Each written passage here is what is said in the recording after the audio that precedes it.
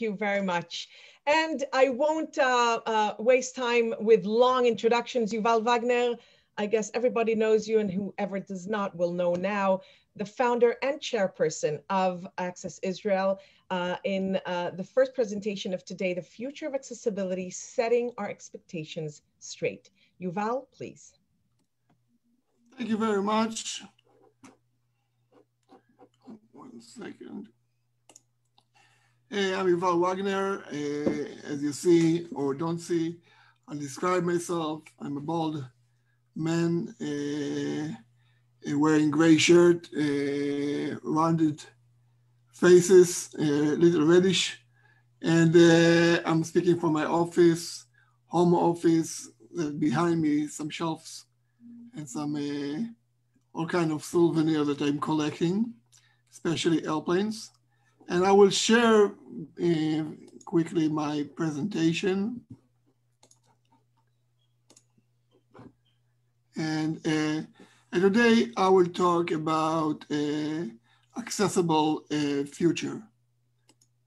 And the first thing that I want to be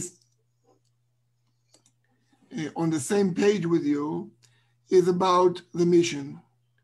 And the mission, the way I see it, regarding, of course, websites and application, is that I'm looking at a world, all countries, where all websites and all applications are fully accessible to all disabilities, to all those that have barriers, and have them to be inclusive and usable for all users.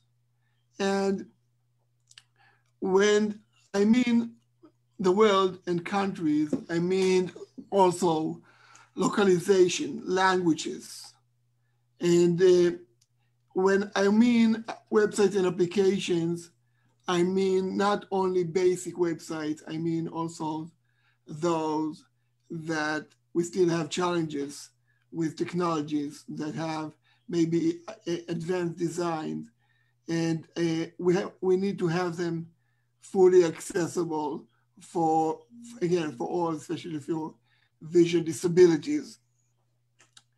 And when I mean accessible,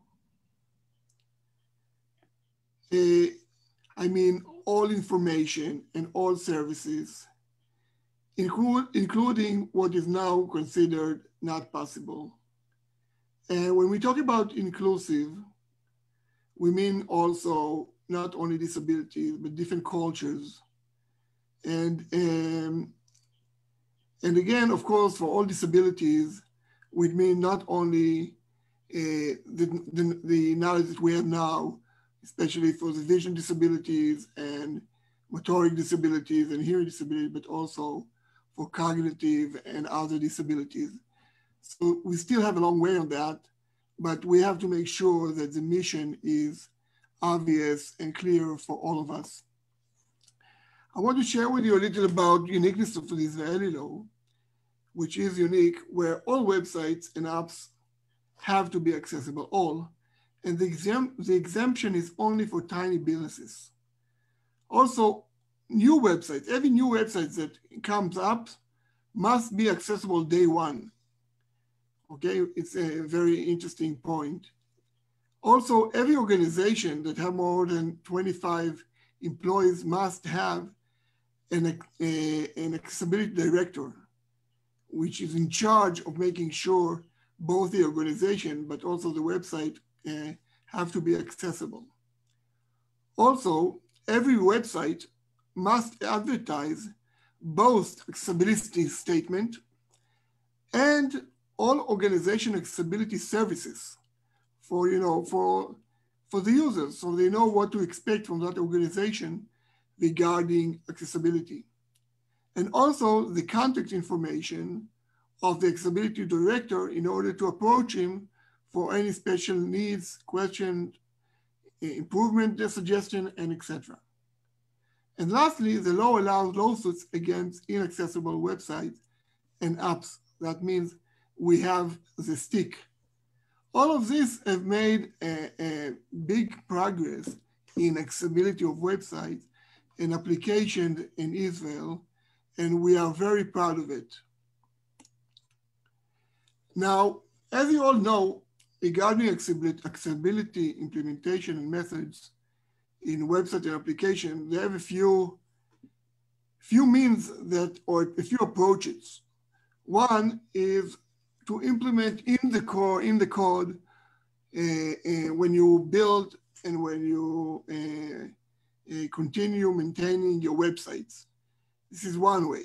Another way that is pretty common, especially for existing website, is all those extension, plugins, add-ons that, as you all know, and you must know, that they never do the full thing.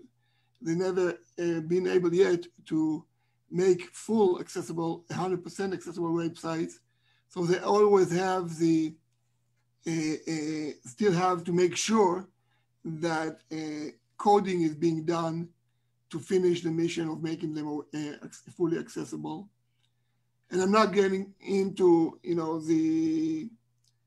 why it's good and why it's less good. I have a big discussion about that.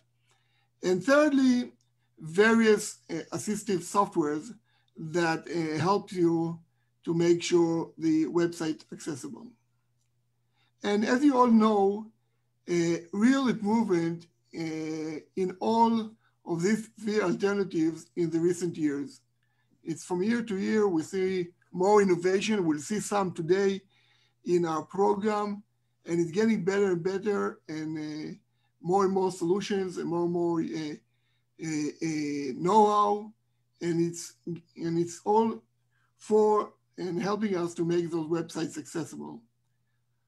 However, enabling full accessibility is still complex and expensive. And actually, it's still almost, let's face it, I'll say, it's still almost mission impossible to make sure the websites are fully accessible. Now, I'm trying to think, when I'm making many brainstorming with friends and colleagues in this area, and we're thinking of changing the way it's done. Because, for example, when we talk about the target, most of us, when they talk about the target, they say, okay, we have to comply with the WCAG standard, okay? But are we, or do we? Or maybe we have to make sure that we have to focus on the real target of actual full usability of the website. And when do we make our website accessible? Do we do it before, by design, in the core of the code, or we do it after with tools and also all kind of extensions and add-ons? And how do we do it? Again, by code or by extension plugins? And lastly, to whom we do it?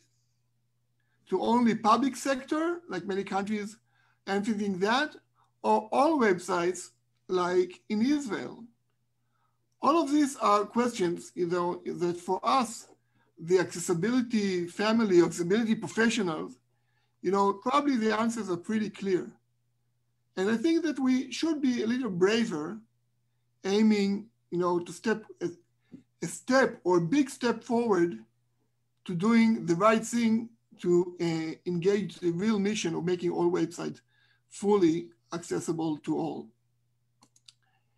And when I'm doing that, there are some options, and some of them are some suggestions that I would like to put on the table today for you guys to think about, that we should think which is the best way, if it's all four, or maybe we need to think otherwise.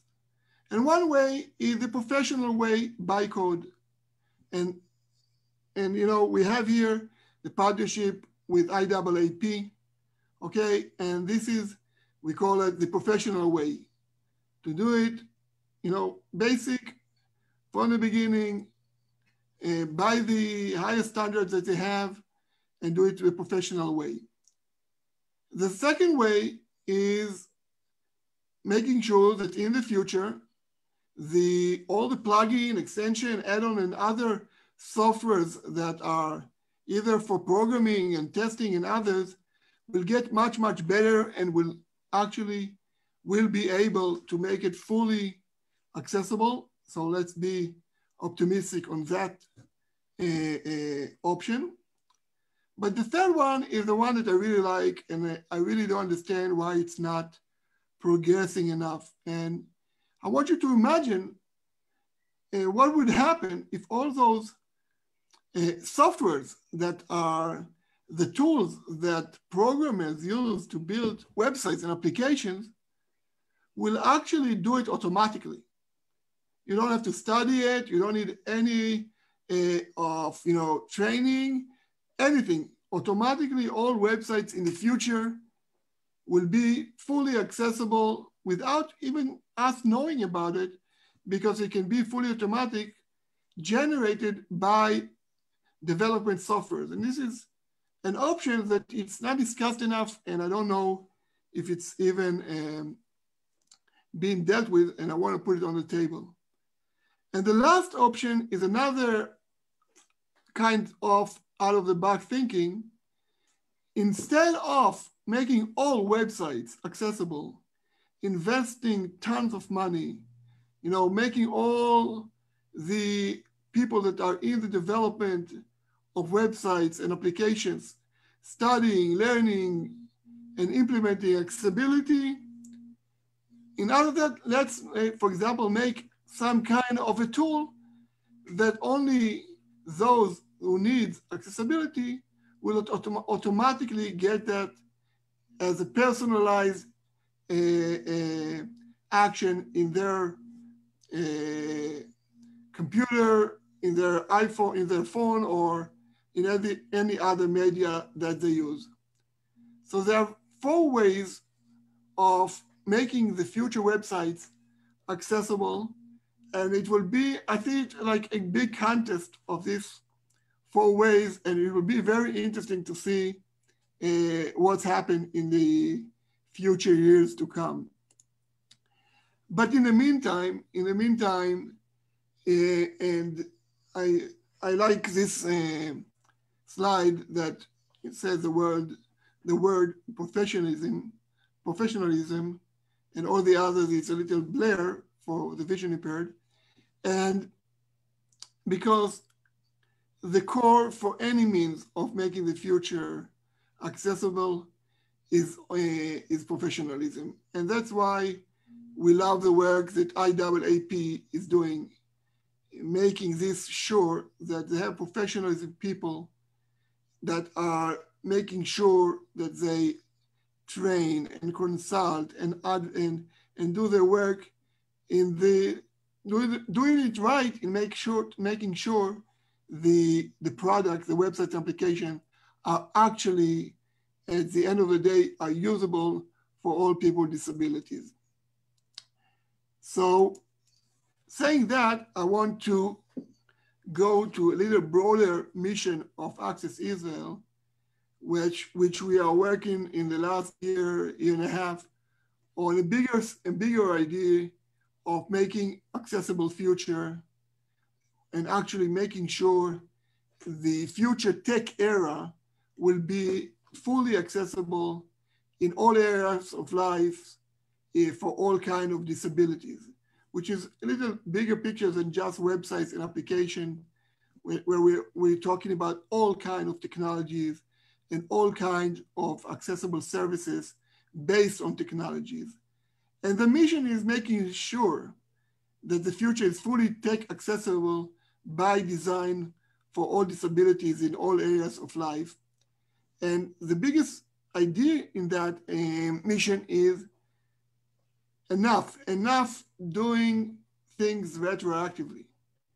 We have to understand that we can't make this mistake again, and we have to do things in advance. Because doing things retroactively, as you all know, it's when you do things retroactively, you have social gaps, and it costs a lot of money to fix it. And it's just not the right way to do it. And doing it right in advance, you make sure you don't have social gaps, you save money, and it's a win-win-win situation. So we have to make sure that the future is fully accessible in advance. And we're going to launch pretty soon this year our ecosystem for making the future accessible. And you are definitely going to be partners of us in this ecosystem. And we're going to make a very large and interesting project trying to analyze the future gap, defining all future challenges that we have to make sure we find for them solutions. So future technologies and future services based on technologies will be able to be accessible. And after we will have this amazing list of challenges that will be the compass for us to where we have to emphasize and where we have to develop new technologies to make the future accessible, we will work together finding those solutions, those tech solutions. And we will work together to finding budgets to finance not the solution that will be with a business case that will be developed anyway, but also to finance important technologies that have no business case, but still important for accessible future. So I want to thank you all for being together with us, and together we will make the future accessible.